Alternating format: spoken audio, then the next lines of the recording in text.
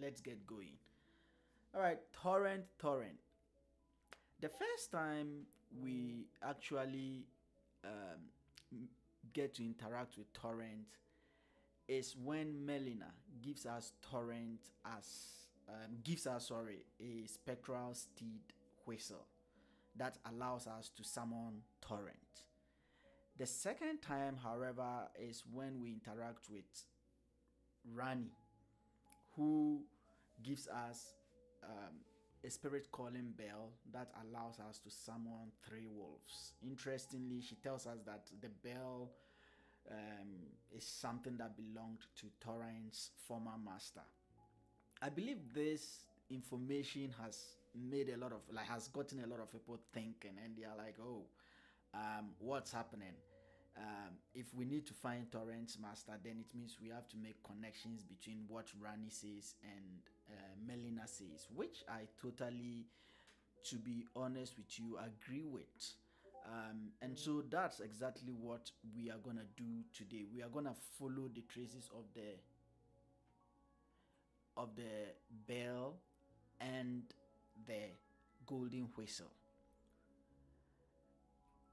So let's start with perhaps what I would say is a very captivating image, which is that we know that we can find several enemies riding horses in the game, like these will I say soldiers or wandering soldiers.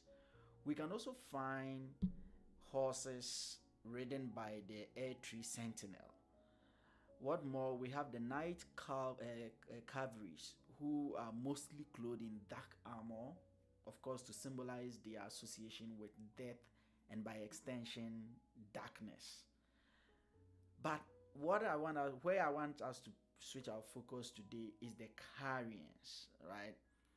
I want us to focus on the Carrians and the lands close to their domain. That is where they reside, and by this referring to Leonia and then Royal Lucaria. So let's start with Lorita, the Carrian Knight. Interestingly, we find her spirit form in Royal Lucaria, and then we face her human form in FIL. What's especially striking is her is her will I say is her moveset, right? Let me just give you the moveset again. It's a moveset with a kind of spectral agility, almost hopping around like Torrent. You know how Torrent hops around, so you can see in this shot of footage that she's hopping around. Then it's also fascinating that Lorita's spirit is tied to the moon folk. So we find her spirit form in Royal Lucaria, while we find her living form serving those who align with the golden light. That's Michaela and his followers, because Michaela is of course an embodiment of golden light, or people who worship golden light. And this observation will come full circle later. That's why I just mentioned it. Alright, let's shift our focus to the Wraith callers found in the lakes of Leonia. Interestingly, this guy has a skull under him. I don't know what the skull is for, whatever it means, but so you can see this skull right beneath this Wraith caller. We find some of the Wraith callers riding horses, right? Even though their horses do not have horns like Torrent does, right? I'm just gonna replay it again so that you see. Then we also find a Wraith calling bell in the rooms right in Royal Lucaria. That is in this chest right here, which is very interesting. Remember, we get a bell from Rani to call spirits. We also find a spirit calling bell here in the lakes of Leonia.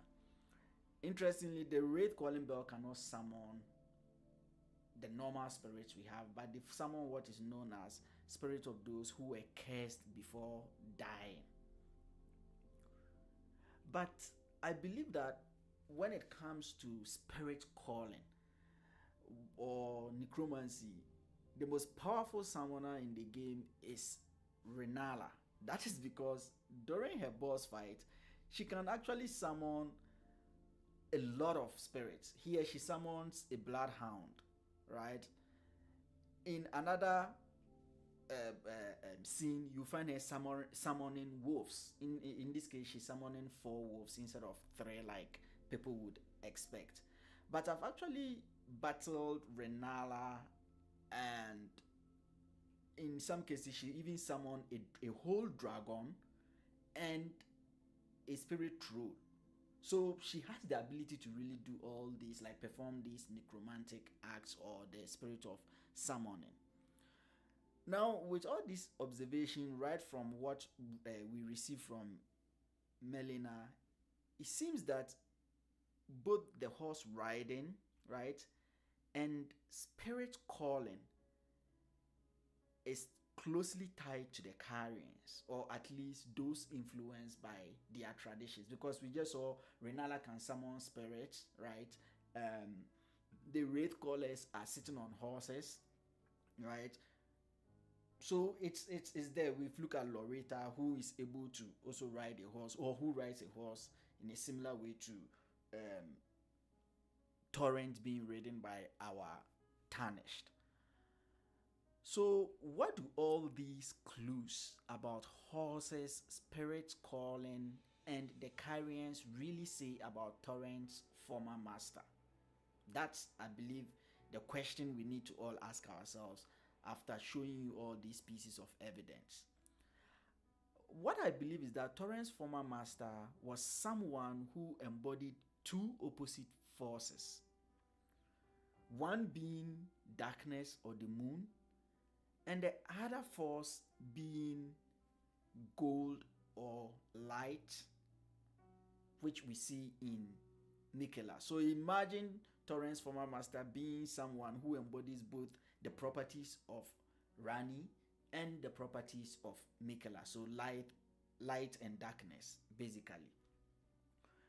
And the examples of people like that in the game. For instance, take Melina, who is the first person we see riding Torrent in the base game. In this image, we see her with the golden eye, right? One eye is shut, the one that is open has a golden hue. But in this image here, we see her with actually 2 eyes, both open. Remember, the one I showed originally is the golden one. Then the one that she has opened now is the one I would associate with darkness, or with those of us who have played Night Rain. Basically, that's the night, right, or death. So Melina basically embodies both properties of light and darkness. But there is even more, right? Look at Radan, for example. He's born of gold and darkness. That's basically Radagon and Renala. So Renala embodies the darkness and Radagon embodies the gold, because Radagon comes from the Golden Order. But he never seemed to struggle with what that means. No complaints, no denial, just quiet acceptance of the strange balance within him. And interestingly, Redan also rides a small horse, and I believe the horse is called Leonard or so. So Redan has both properties of what? Light and darkness in him, like I was saying. If we want to really bring all this together to make sense of what we are observing, we need to appreciate the fact that horses and wolves both started out as wild creatures, right? These were animals that were found in the wild, both horses and the wolves.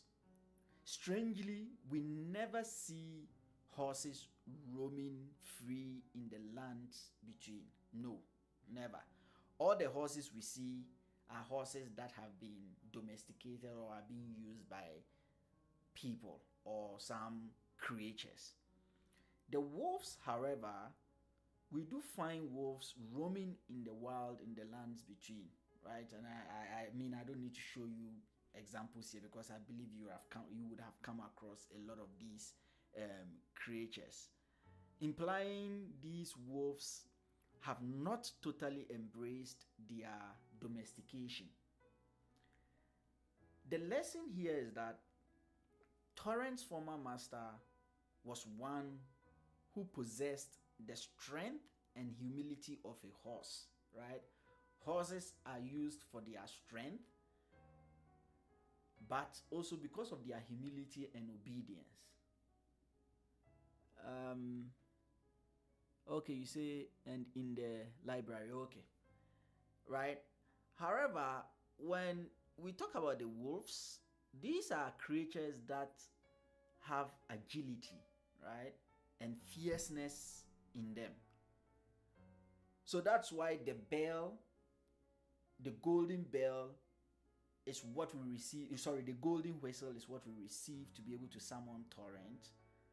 However, we receive the bell to summon the wolves, and when you put those two elements together, you get what I refer to as an embodiment of humility and strength, as well as agility and fierceness, which basically is a description of Redan. If you look at Redan's remembrance, no, is it Redan's remembrance? No, the remembrance of the a god and consort. That is after you defeat consort Redan. It tells us that Miquella actually admired Redan right from the onset, or right from when they were kids, because of Redan's strength and kindness. So he has the strength, yet he has the kindness. He has what it takes to be agile, and he has what it takes to also be humble. So we can say that whoever Torrent's master was, or whoever Torrent once served, right, was someone who embodied these two opposites. And I might be tempted, or you might be tempted to say, oh, then in this case, it's what? Melina. Well, that is one possibility, but I believe it was someone else, perhaps a lord, or someone who was a previous tarnished, that would allow both the properties of the moon and the properties of the golden order or golden light, which basically I know is the sun at this point, to coexist within that person. So imagine this person to be someone who either had the body of the moon and the spirit of the sun, or vice versa, or even just had a body that had a spirit or a soul that comprised both the moon properties and the sun properties. Because remember, the wolf, the summoning bell specifically summons the wolves, and wolves in the game we usually associate with the Carrians, the moon folk. And interestingly, the whistle that we use to summon Torrent is golden in color, trying to associate it with, or tying it to the sun folk or the golden light folk. And that's why I'm saying, for someone to be Torrent's former master, this needs to be someone who embraces both opposites, right? Or embodies both sides of the divide, darkness and light, the sun and the moon, and allowing these two forces to actually coexist in harmony.